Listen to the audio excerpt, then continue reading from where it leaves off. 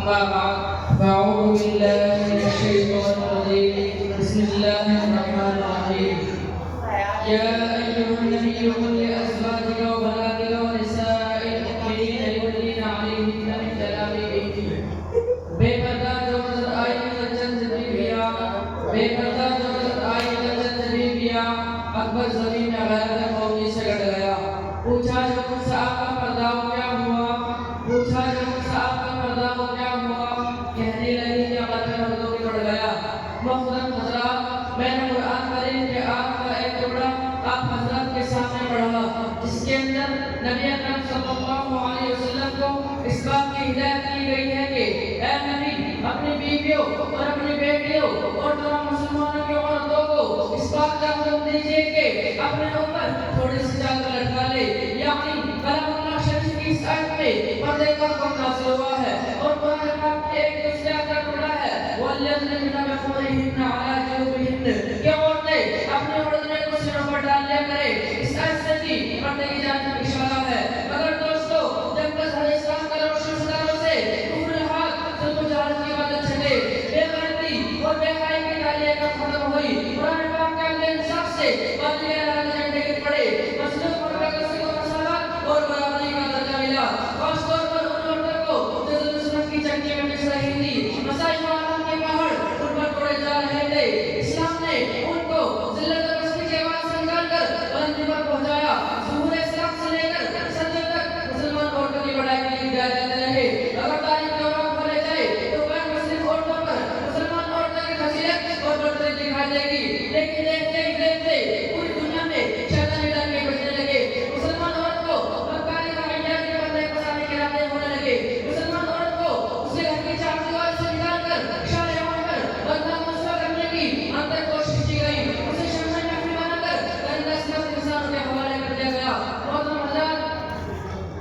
اگر اسلام دشمنوں کا کوئی عمل کا اور خلاف نہ بلند کرے ہمیں اس پر کوئی تعجب کا حلال نہیں کیونکہ اسلام کی تعلیمات کو ہر طرف بدنام کرنا ان کا شعار بن چکا ہے مگر افسوس کیا جماعت قوم کے اکثر لوگ جو مسلمان ہونے کا دعویٰ کرتے ہیں اور محمد عربی صلی اللہ علیہ وسلم کے امتی کہلاتے ہیں وہ کسی ذہنی غلامی کا شکار ہے خاص طور پر انگریزی تعلیم یافتہ طبقہ تو اس میں زیادہ مبتلا ہے وہ بھی پڑھنے کے معاملے میں اسلام دشمنوں کے ساتھ ہے انہیں کے دوست چل رہے ہیں کسی شاعر نے ایسے لوگوں کے بارے میں کہا ہے انہیں کی محفل سنوارتا ہوں خلاف اعلان کی انہیں کی محفل سنوارتا ہوں خلاف اعلان کی انہیں کے مطلب کی کہہ رہا ہوں سب میری بات کی محترم دوستو آج پردے کی مثال کو لے کر مناظرہ بازیاں اور مضمون نگاریاں ہوتی رہتی ہے پردے کے خلاف تحریکیں چلتی ہے پردے کو ایک بہت بڑی ناانصافی کہا جاتا ہے پردہ قید ہے پردے کو وحشت بتایا جاتا ہے آج مذہبی تہذیب نے عورت کے شرم و حیا کی دولت سے لوٹ لیا ہے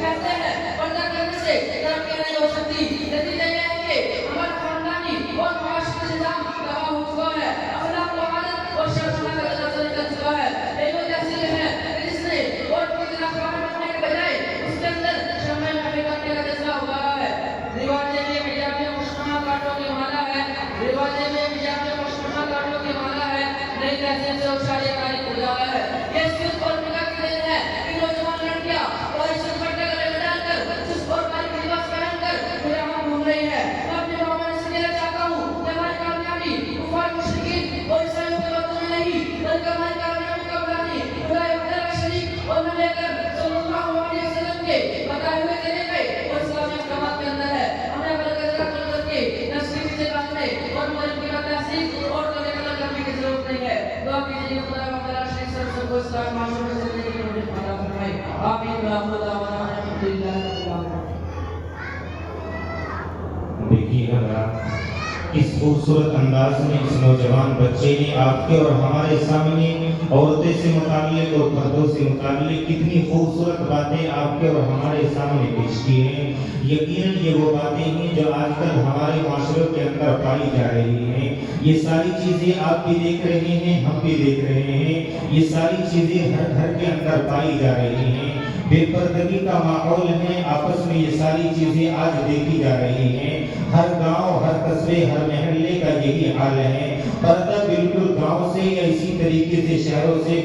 گھروں سے بالکل ختم ہوتا ہوا جا رہا ہے حالانکہ قرآن کریم کا یہ صاف اعلان ہے